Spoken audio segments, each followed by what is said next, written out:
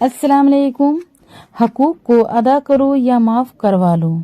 आज हम आप लोगों को बहुत अच्छी बात बता रहे हैं, आप पूरी वीडियो देख कर जाइए। बिस्मिल्लाहिर्रहमानिर्रहीम। हकूक को अदा करो या माफ़ करवा लो।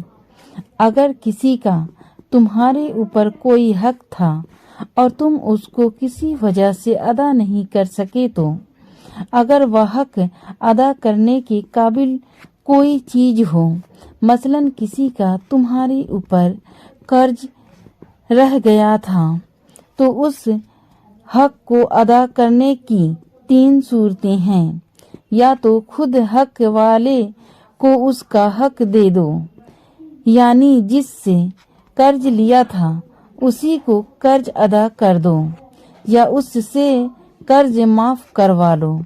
और अगर वह शख्स मर गया हो तो उसके वारिसों को उसका हक यानी कर्ज अदा कर दो।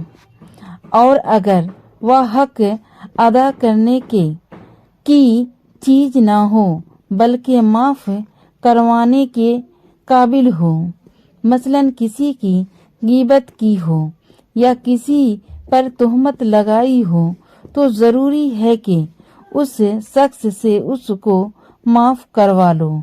और अगर किसी वजह से हकदारों से ना उनके हकूक को माफ करवा सका ना अदा कर सका, मसलन साहिबान हक मर चुका हो, तो उन लोगों के लिए हमेशा बख्शिश की दुआ करता रहें और अल्लाह ताला से तौबा व इस्तग़फ़ार करता रहे। तो उम्मीद है कि क़यामत के दिन अल्लाह ताला मेहरबान हक को बहुत ज़्यादा उज्र और सवाब देकर उस बात के लिए राज़ी कर देगा कि वह अपने हकूक को माफ़ कर दे। और अगर तुम्हारा कोई हक दूसरों पर हो और उस हक के मांगने की उम्मीद हो, तो नरमी के साथ तकाजा करते रहो। और अगर वह शख्स मर गया हो तो बेहतर यही है कि तुम अपने हक को माफ कर दो।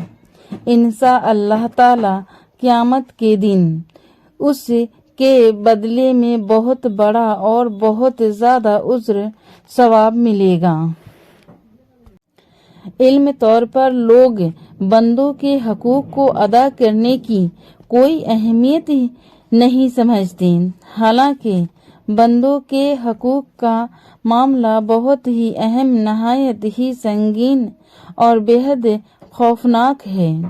बल्कि एक हैसियत से देखा जाए तो हकूक अल्लाह के हकूक से ज़्यादा हकूक अल-इबाद बंदों के हकूक सख्त हैं।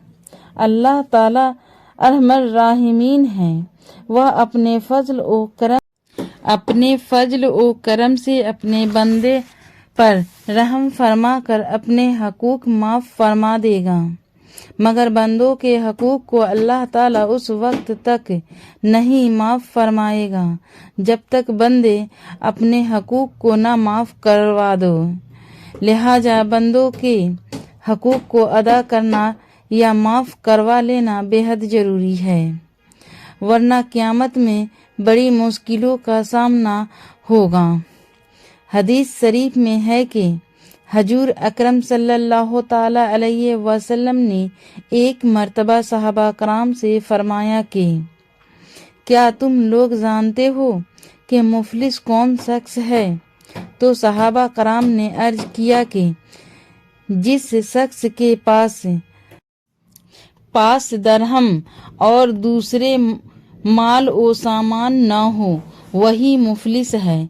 तो हजूर अलैहिस्सलाम ने फरमाया कि मेरी उम्मत में अहले दर्जे का मुफलिस वह शख्स है कि वह क़यामत के दिन नमाज और रोज़ा और ज़कात को लेकर मैदान हश्र में आएगा, मगर उसका ये हाल होगा कि उसने दुनिया में किसी को गाली दी होगी, किसी पर तोहमत लगाई होगी, किसी का माल ले लिया होगा, किसी का खून बहाया होगा, किसी को मारा होगा, تو یہ سب حقوق والے اپنے اپنے حقوق کو طلب کریں گے تو اللہ تعالیٰ اس کی نیکیوں میں سے تمام حقوق والوں کو ان کے حقوق کے برابر نیکیاں دلائے گا۔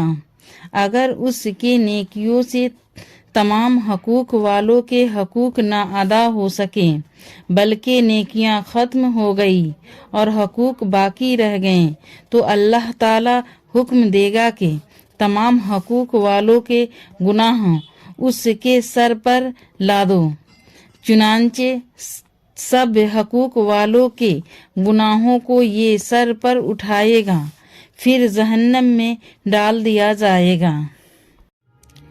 اس لیے اتنا ہی ضروری ہے کہ یا تو حقوق کو ادا کرو یا معاف کروا لو، ورنہ قیامت کے دن حقوق والے تمہارے سب نیکیوں کو چھین لیں گے اور ان کے گناہوں کا بوجھ تم اپنے سر پر لے کر جہنم میں جاؤ گے۔ خدا کے لیے سوچو کہ تمہاری بے کسی، بے بسی اور مفلسی کا قیامت میں کیا حال ہوگا۔ حضور صلی اللہ تعالیٰ علیہ وسلم نے فرمایا، جو میری ایک سنت کو زندہ کرے گا اسے 100 شہیدوں کا ثواب ملے گا۔ بے شک۔ اور ویڈیو کو لائک کر دیجئے اور چینل پر نئے ہیں تو چینل کو سبسکرائب کر دیجئے۔ آپ لوگ ہمارے بھی چینل کو سپورٹ کیجئے۔ خدا حافظ۔